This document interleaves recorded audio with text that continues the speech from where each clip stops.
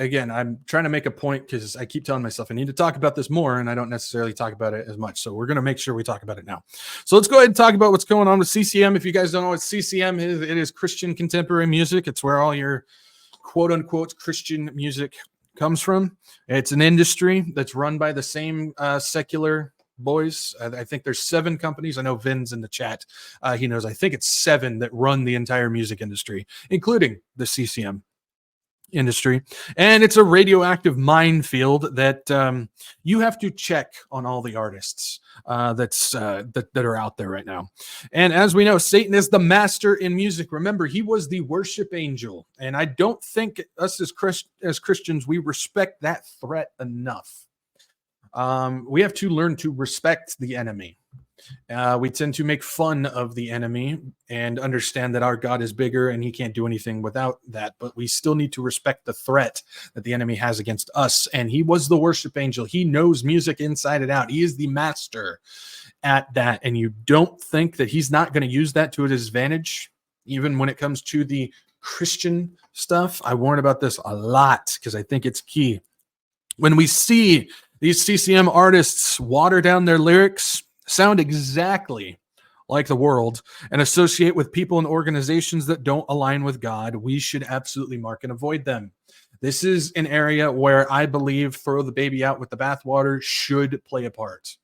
I really do. I was in the NAR church. I was a musician for many, many years. I saw firsthand. I've done a lot of study on this, and there's just no reason we should take the chance. There is no reason that we should take the chance, especially since our life is but a vapor and we can live without that song or that artist. I'll tell you what, the moment I started studying music and stuff like that, I got rid of a lot of artists, not just Christian, secular too, that I loved. Man, I loved them, but I got rid of them. I didn't need them. I did not need them, and I don't need them now. So in this case, we're going to take a look at an event called The Fest. We're going to take a look at this thing. The Fest just happened Sunday, August 4th, and this is a yearly event that's been going on since 2000. It says, what is The Fest? Our annual one-day event brings people together from all regions to enjoy an inspiring day of faith, family, and fun. Oh, that sounds great, doesn't it? Let's keep going, shall we? We have nationally known bands playing live, but it's more than just a concert. The Fest is an experience. Oh, so you're saying experience-based.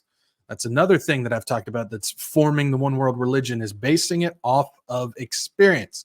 Joyful Fest volunteers guide you to our activities, crafts, inflatables, sponsored tents, and entertainment all over the Fest grounds. And of course, great food and drinks to enjoy while walking the beautiful grounds at the Center for Pastoral Leadership in Wycliffe. You know, that sounds great, right? I mean, it sounds awesome. Sounds like a good Christian event, good family fun, right? Let's take a look at the history. Since its inception, the goal of the Fest has been to inspire and energize teens, young adults, and families in the Northeast Ohio region, not just for one day, but for the entire year. Father Bob Steck. Father Bob Steck, who at the time was vocations director for the Catholic Diocese of Cleveland. Launched the event in the year of 2000 to welcome the diocesan contingent home for their trip to Rome for World Youth Day. It was called Home from Rome. The event attracted about 3,000 people. Father Bob didn't want to lose the momentum and continue the event, which was later renamed The Fest and grew into a huge celebration it is today. Oh, we're starting to get something here now, aren't we? Over the years, The Fest has become a summer staple for many families in the region and attracts over 40,000 over the course of a day for a day full of music, community, and faith. We are grateful for the support from our generous sponsors, donors, and volunteers. Each year, the Fest team chooses a theme to inspire the messages and activities throughout the day and the year. Take a look at all the past Fest themes. Okie dokie. So we take a look at the Center for Pastoral, there we go, Leadership, Wycliffe. So I went and I checked it out.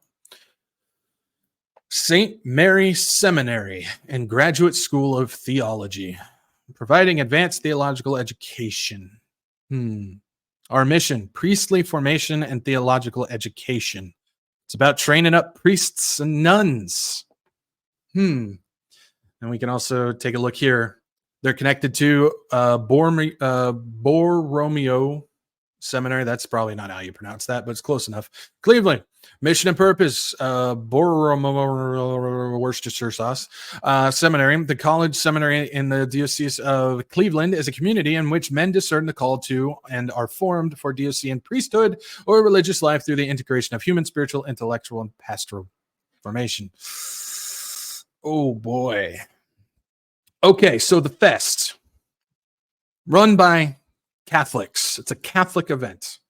And the goal is to bring donations and attention to the Catholic organization, as well as for training priests. Okay, why am I bringing this up? Why am I talking about this? Well, there's a massive ecumenical problem that's going on here. And a lot of it has to do with who is involved with playing for the fest. Let's take a look at this year's bands that played. Caleb and John, Cochran and Co., We the Kingdom, and Casting Crowns. These guys, who are part of the CCM group, have decided that it is okay to go endorse, support, and play for a Catholic group. I've talked about paying attention to who these guys align themselves with. There is nothing good about aligning yourself with a Catholic organization like that. You can't give me an excuse. I'm sure I'll get some emails and some comments because they're fans of one of these groups here going, no, you can't do it. Yes, I can. And I think as all Christians, we should not be supporting groups that are choosing to back Catholicism, which is a satanic and demonic religion. Period. End of story. Let's take a look at what else they got going on with this event. So we could see here, there's a lot to cover. I'll just kind of go through. You can take a look over here on the left. It says the Fest 2024 main stage lineup. You can see Caleb and John, Cochran and Co., We the Kingdom, Casting Crowns, all going on. And then if you go down a little bit, it says Outdoor Mass with Bishop Malisic and Bishop Woost. Then if you jump down to the worship and prayer box down at the bottom, you can see they have a rosary tent for every hour on the hour. Then there's the Eucharist testimony after the rosary. Then there's rosary led by Bishop Malisic. Then there's the Irish prayer. Then you have the Eucharist adoration, the sacrament of confession. That's right, they have confession booths available at the event, as well as the outdoor mass with the bishops. What is the Eucharist, you might ask? It's this thing. It's the Son that they worship. You see them carrying this stuff around all the time. They worship this thing. And if you guys remember, I did it in the End Times New Age series. The unholy pagan trinity is referenced as the sun, the moon, and the star. Who's the sun? Nimrod. This goes all the way back to ancient Egypt. And so they have worship of the Eucharist at this event, where people like We the Kingdom and Casting Crowns are supporting and playing their music as well. This is all going on. We can see everything that's happening here. Then you can see the Instrument of Peace, which is the theme for this year. It says the theme for Fest 2024 calls us back to the timeless prayer of St. Francis of Assisi. All of us are called to be instruments, channels of God's peace and mercy in our world, in our country, in our homes. The peace prayer of St. Francis outlines the recipe that all of us of every age and background and culture can follow to be instruments of the peace and builders of a better world in the mind and heart of Jesus Christ. Not the true Jesus Christ, though. As we know, the Catholic Church does not worship the true Jesus Christ. Why on earth would these CCM bands that so many Christians love and adore be supporting this stuff? Well, there's a few reasons. We'll get to those in just a second. Who else? Since this thing has been going on since 2000, what other bands have thrown their support behind the Catholic Church and all this? Well, let's just take a look. The website provides it for us. I only went back to 2008, but we can see Jeremy Camp, Matt Mayer. If you guys don't know Matt Mayer, he does a lot of work with Matt Redman and Chris Tomlin and stuff. He's a Catholic. He writes a lot of the Christian, quote unquote, music that's sung in churches today, possibly your church. Yeah, you're singing a song written to a Catholic Jesus. Just think about that. Stellar Cart, nevertheless. 2009 had Jars of Clay, Brandon Heath, Matthew West, Nicole Mullen. 2010 had Newsboys, The Afters, Matt Mayer, Brooke Barrett Smith. 2011 had Mercy Me, Remedy Drive, Blessed Union of Souls, Jackie Francois, Praise Appella. 2012 had Switchfoot, Peter Furler, Mandisa. 2013, Casting Crowns again. Oh, more than once. For King and Country, Jamie Grace, Matt Mayer, The 300, The Strange Familiar. 2014, Third Day. Oh, that's a controversial one. Colton Dixon, Mandisa for King and Country. 2015, Mercy Me Again. Stephen Curtis Chapman, Building 429, Matt Mayer. All these guys supporting the Catholic Church. Guys, I hope you realize that. 2016, Newsboys again, Michael W. Smith, Matthew West, Lauren Daigle. We've talked about her before.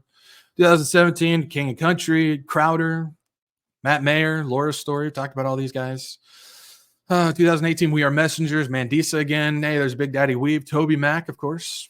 2019, Jordan Feliz, 10th Avenue North, Matt Mayer, Casting Crowns again. Wow, that's a lot.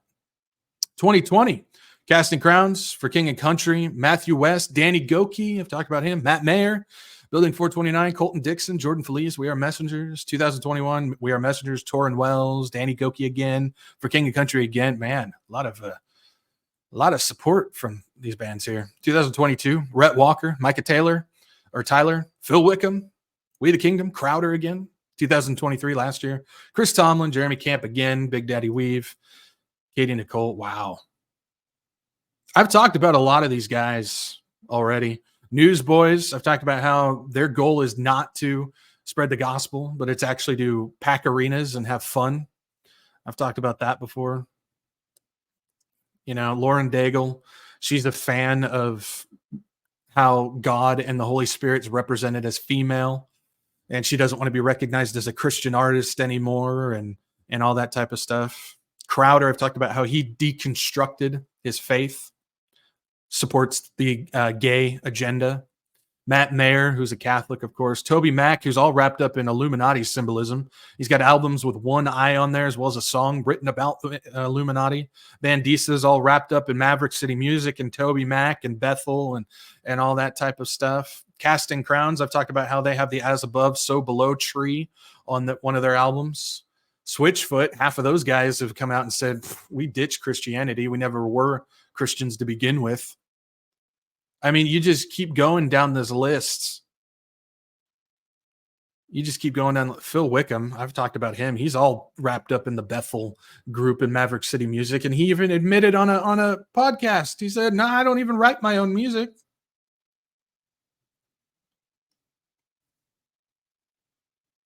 This is the CCM. How many of you listen to this on the radio? By the way, The Fish, you know, that radio station, they're one of the main supporters of the fest. Go figure. But how many of you guys buy their albums, listen to them on YouTube, sing them in church, listen to them on the radio? Then they're out here partying it up, supporting the Catholic Church, a satanic religion. There's only 3 reasons why any of them would do this. There's only 3 reasons, and none of them are good. I'll give you a spoiler. None of them are good. 1, money and fame. By playing these events, they don't care where they're at and what they're supporting or endorsing. No, it's either a jump for their career or they get paid some good money to do it. It's just another job. They have absolutely zero discernment. Zero. None. Where they don't see anything wrong with it, or they haven't looked into it, or they don't, no, again, it's for my career. It's all good. Or they believe and agree with it. They believe and agree with it. Again, you talk about somebody like Phil Wickham. That's one of the guys I get a lot of pushback for. The dude has played for Joyce Meyer's conferences. He's teamed up with Joel Osteen. He writes music and has taught at the Bethel Supernatural School of Hogwarts. I'm sorry. I can't take anything that he puts out seriously. That's just, what? See, I have the stance, and again, been there, done that with this. I have the stance that your worship leaders or the ones who are writing these songs should be almost pastor level when it comes to theology and doctrine. Why on earth should the music that we're singing as worship to the Lord be any less theologically sound or theologically deep as the sermon that we're about to hear? But see, that's the problem, is where all these guys come from, the churches that they come from, their theology and the sermon that's being taught is so lackluster and surface level that the music that they write matches it. This is why I have such a problem with this type of stuff. And again, I'll need to update this. It's been so long since I've updated this, but this is a list of artists to avoid. And that's not even all of them. I mean, a lot of the names I just listed on that fest thing aren't even on this list. But you just go down: Bethel, Hillsong, Elevation, Passion, Spontaneous, Brian and Jen Johnson from Bethel, Redmond, Mayer, Tomlin, Wickham, Daigle, Kerry Jobe, Cody Carnes, David Crowder, Brandon Lake, Sean Foyt, Jeremy Riddle, Leland, Jesus Culture, Rose Cook. I mean, you just go down the list. Some of these we saw in there. Torrin Wells, he was a part of it. He comes from Elevation in Bethel. Danny Goki, we know that he led worship at Joel Osteen's church. Best friends with Joel Osteen, actually. There's Casting Crowns, Newsboys, Michael W. Smith, We the Kingdom, David Crowder. All these guys were over there. Daigle, Wickham, Tomlin, Mayer. I mean, I know a lot of people, I take a lot of hits whenever I talk about this subject, because I'm talking about people that they like, because they like to listen to the music and sing the music, and they go, it's okay, as long as I'm singing it to the right Jesus. That's all that matters, because I'm singing it to the proper Jesus. It's okay. It's the same thing that I have with churches. Man, I wish these pastors would actually take time to look into something that they think is so trivial. I mean, there's pastors, well, there's a reason why we don't sing Bethel music as they go on to sing Hillsong and Elevation, which I'm sitting there going, it's just as bad. It's just as bad, but you don't want to change it because you realize that that's the popular stuff on the radio, and that's what keeps the butts in the seats at your church. That's a problem. This isn't just some trivial thing that many people play it off as. Satan, this is one of his greatest tools, greatest weapons. And we are seeing right here, right now, what I've been talking about. A musical experience is breaking down the walls of different faiths and combining them together. You have the same people who write worship music for the regular Christian churches teaming up with the Catholic Church to throw on an event to support Catholicism. And you don't see a problem there? That's a fat problem. That is a fat problem. And Satan counts for you to compromise, to make excuses, to go, I'm singing it to the right Jesus, so it's okay. He wants you to do that. But again, what do I know? What do I know? So yeah, just sorry to burst the bubble on some of this stuff, but this is exactly what I'm talking about when it comes to look into these guys before you support them. Because you need to know who they choose to support.